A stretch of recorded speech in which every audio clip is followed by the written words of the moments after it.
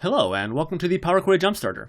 In this very first video, we're going to be building a fairly simple query here in Power Query so you can get sort of a real practical sense of what Power Query is, kind of a feel for how it works, and where you might use it to save yourself a bunch of time and a headache.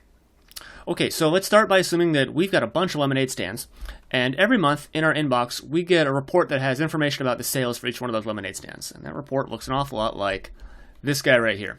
Okay, so here's the report we get every month, and this is a pretty cool report. So we've got all of our stores here, and each store belongs to an area. Like here, the store on 21st, that belongs to the Northwest, and also belongs to the region of West.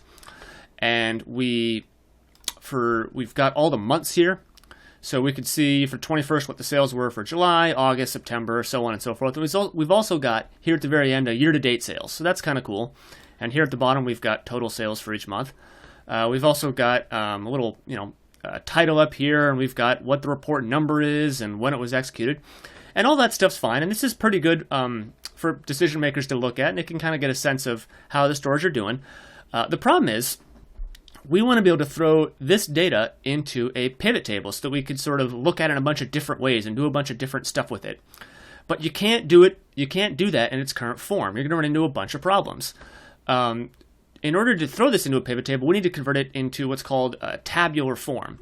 And that means a bunch of things, but for practical purposes here, some of the things we're going to have to do is we're going to have to, here where there's blanks for the different regions, this is designed so it's easier to spot where where region West starts and where region East starts. But really it should say West all the way down and East all the way down, and it should say Northwest all the way down, Southwest all the way down, things like that.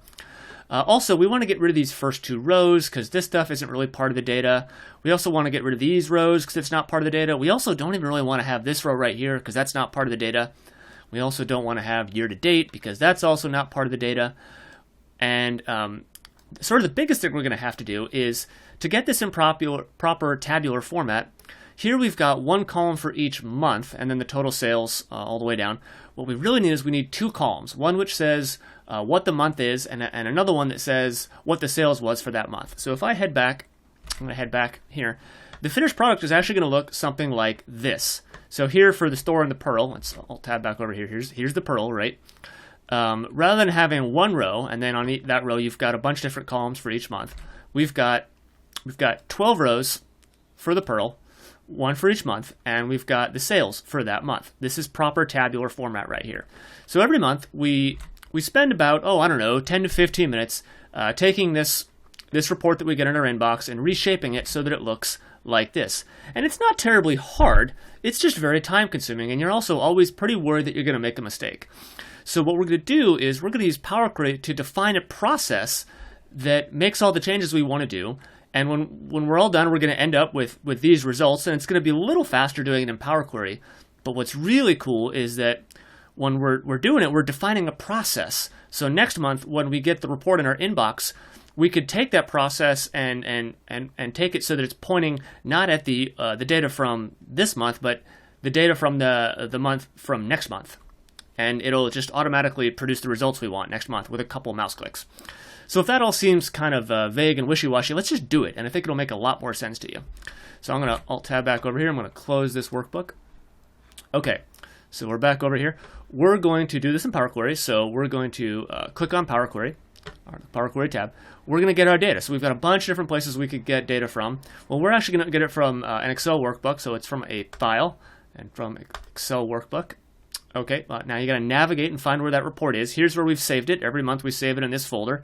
So this is the current months. Imagine we don't have this one yet. This is this month's sales data. So we're going to click OK to open it up. Okay, and it's going to open up Power Query, and it says, all right. So here's the workbook, and if there were multiple sheets, you'd see all the different sheets here. And basically what it's asking is which sheet is the data in that you want to use. Well, it's in sheet 1, so we're just going to click on sheet 1. And you can see here, we get a little preview of the data. This doesn't look exactly like it does in Excel, but it looks kind of close. Okay, yep, this looks right. So we're going to go ahead and we're going to click Edit to bring it into Power Query. So we're going to define our process. We're going to define our transformations. Okay, so here we are in Power Query, right? And here's the data from the worksheet, from the report that we get. Let's go about starting to reshape it. Okay, so the first thing we're going to do is we know that every month when we get a report, we're going to remove the first 2 rows because the stuff we want is here, and the Brian's lemonade stand, don't need that, and the blank row between it, don't need that either. So to do that, we're going to come up here, this little gray area here at the top left corner. We're going to right click and say remove top rows. It's going to ask us, all right, how many rows do you want to remove? Well, we want to remove 2 because we think we're going to remove 2 every single month. I'm going to click OK. And I don't know if you noticed, but when we started, we had 3 steps.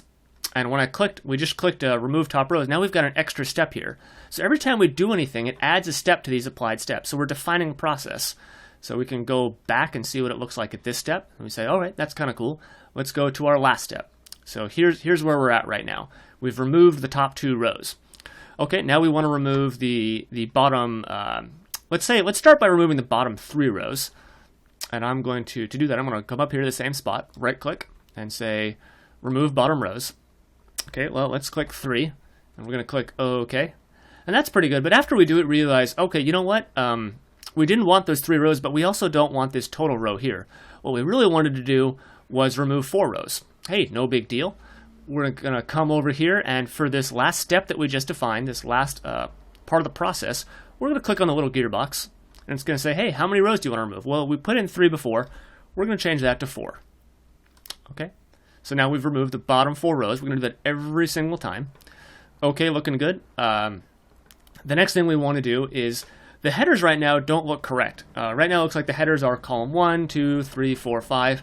Well, really the headers for this table, they should be line, region, area, store, all the stuff here in the first row. So what we want to do is we want to promote this first row to the headers. Again, pretty easy to do.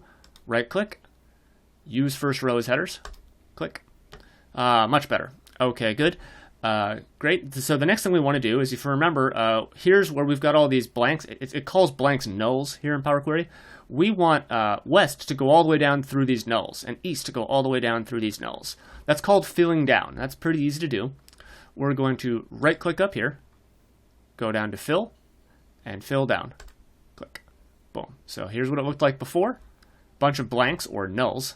And here's what it looks like after. Great. Okay, now we want to do the same thing for area. Again, very easy. Right click, fill, down. All right, great. Okay, we're one step closer. So now we've got all our months, which is good. We've got this year to date, which we don't want. It's going to end up, if we were to leave it in, it would end up double counting a bunch of stuff. We don't want that. So we're going to remove this column. Pretty easy to do. Right click up here, and we're going to click remove. Okay, we've removed that column. We've added a step where we always remove the last column, the column called year to date. Okay, now we're going to take all these months here, and we're going to unpivot them. So rather than being 12 different columns, there's going to be 2 columns. One which says which month it is, and another one which says what the total sales was for that month. In Excel, this is a very long, arduous process. It's doable. It's not hard, but it takes a long time, and it's mistake prone. Here in Power Query, it's pretty darn easy. So we're going to left click here on the first month, or the first column, hold down Shift and click on the last column, right click, and click unpivot columns. Boom, there we go. That would have taken a long time in Excel. It was just a couple seconds here in Power Query. Okay, this is looking pretty good. This is a little confusing though. It says attribute and value, and that's, I mean, they're not technically incorrect, but let's change those so they're a bit more meaningful. I'm going to left click here on attribute, right click, and go down to rename, click. So we're going to call this month. You can call it month fiscal if you want to, if that makes more sense to you. I'm just going to call it month though. Hit enter. Okay, we've renamed that one, and I'm going to rename value to total sales. So I'm going to left click, right click on it, rename total sales, and hit enter. Good. All right. We're looking pretty darn good. We're almost there. Actually, one of the last things we're going to do is, if you come back, we go back a few steps. Here, we've got this first column called line, or LN, which has, what line number it is. And here it's 1 through 16, and that makes kind of sense. But if you come over here, suddenly it no longer makes sense. It sort of gives you like what the store number is. So all the stuff for the store on the Pearl is 1, and all the stuff for the store on 21st is 2. Yeah, okay, that's kind of useful, but really, let's just get rid of it because it's not helpful to us anymore. So we're going to come up here, we're going to right-click on it, and we're going to hit remove because we don't need that column anymore. Okay, we're looking very good. The last thing we're going to do is sometimes when you get data from a reporting service, it will put all the numbers in not as numbers but as text. So rather than the number 2,461, it will be the text string, symbol for number 2, symbol for number 4, symbol for number 6, and symbol for number 1.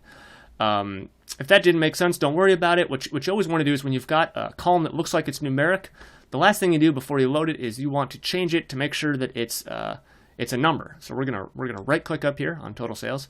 We're gonna change the type, and we're gonna change it explicitly to decimal number. Click on that.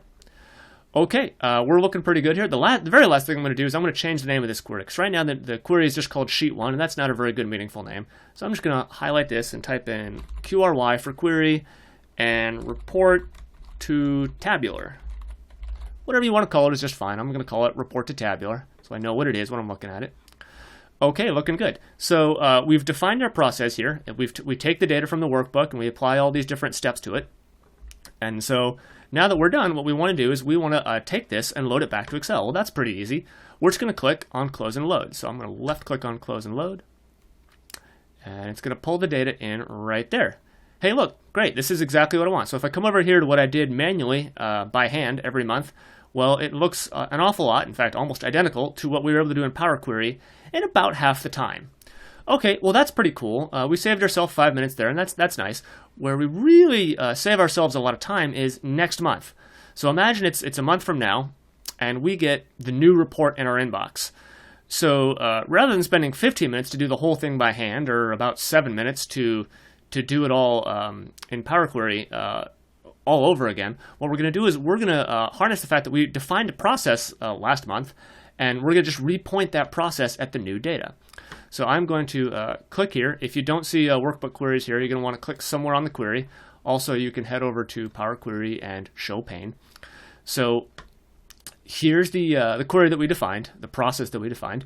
I'm going to right click on it, click on Edit, left click on Edit. Okay, so now what we're going to do is we're just going to change the very first step where it says where to get the data from, and rather than getting it from last month's data, we're going to get it from this month's data. So I'm going to click on the little gear icon. It's going to say, hey, where's the data? So we're going to click on Browse. So rather than February, which is what we defined last month, we're going to click on March, which is this month. So I'm going to turn this up. Click OK. Click OK. And now, if we head back over here, last month we didn't have data for March, but now we've got a number for March, 1291.